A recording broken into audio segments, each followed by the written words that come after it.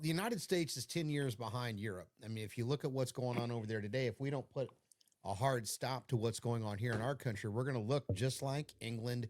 We're going to look like Germany. We're going to look like Sweden. We're going to look like all these countries that had all this unchecked immigration, again, bringing in an incompatible culture.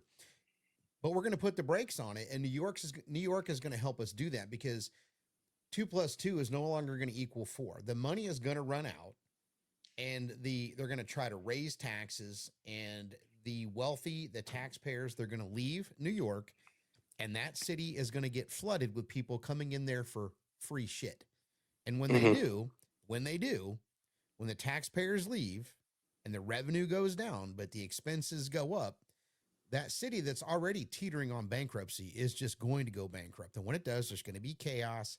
And then that is going to be a shining example of what not to do. Socialism is not going to 100%. work. It is only communism dressed up in a nice suit. But what this really boils down to, when 3 wolves and a sheep vote on what's for dinner, who gets ate?